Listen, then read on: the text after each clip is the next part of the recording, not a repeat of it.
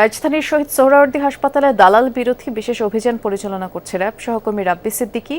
এ বিষয়ে খোঁজ খবর রাখছেন। রাব্বি, আমাদেরকে একটু এই অভিযানের বিষয়ে বিস্তারিত করে জানাবেন, কি চলছে সোহরাওয়ার্দী হাসপাতালে? সোহরাওয়ার্দী হাসপাতালে দালালরা রোগীদের সাথে অনেক ধরনের প্রতারণা করে থাকে, যে অভিযোগটা অনেক পুরনো, এবং সেই দালালদের ধরতেই কিন্তু র্যাবের এই অভিযান। গরমে দাপাদাপি, ঘরের চালের স্থায়ী সমাধান আরোয়ার সিমেন্ট শীট। নির্বাহী ম্যাজিস্ট্রেটের নেতৃত্বে সকালবেলায় এই অভিযানটি শুরু হয় এবং আমরা দেখতে পাচ্ছি হাসপাতালের সক্রিয় বেশ কয়েকজন দালালকে এরই মধ্যে র্যাবের সদস্যরা আটক করেছে।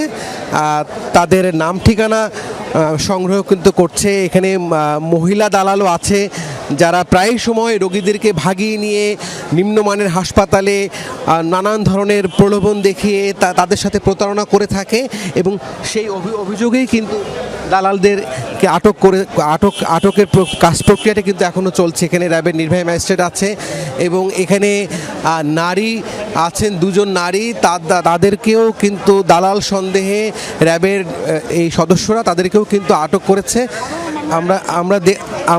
আমরা দেখতে পাচ্ছি যে সংখ্যার দিক থেকে 4, 5, 6, 7, 8 জনকে দেখা যাচ্ছে এখন পর্যন্ত। এই সংখ্যাটা হয়তো বাড়বে, এবং এই হাসপাতালে কিন্তু এই দালালরা যে সক্রিয়, এবং সেই কারণে রোগীদের যে ভোগান্তিটি কিন্তু পুরনো, শুধু এই হাসপাতালই নয়, এই সরকারি অনেক হাসপাতালেই কিন্তু প্রায় সময় রোগীদের সাথে এই দালাল চক্র কিন্তু নানান ধরনের প্রতারণা করে থাকে, এবং সেই অভিযোগটি আমলে নিয়েই আমরা দেখতে পাচ্ছি যে র্যাব সহ অন্যান্য আইনশৃঙ্খলা বাহিনী তারা চেষ্টা করে এই হাসপাতালকে দালাল মুক্ত করবার জন্য। অভিযানটি কিন্তু এখনও চলছে। ধন্যবাদ, আপনি আমাদেরকে সবশেষ আপডেটটুকু জানাচ্ছিলেন রাব্বি।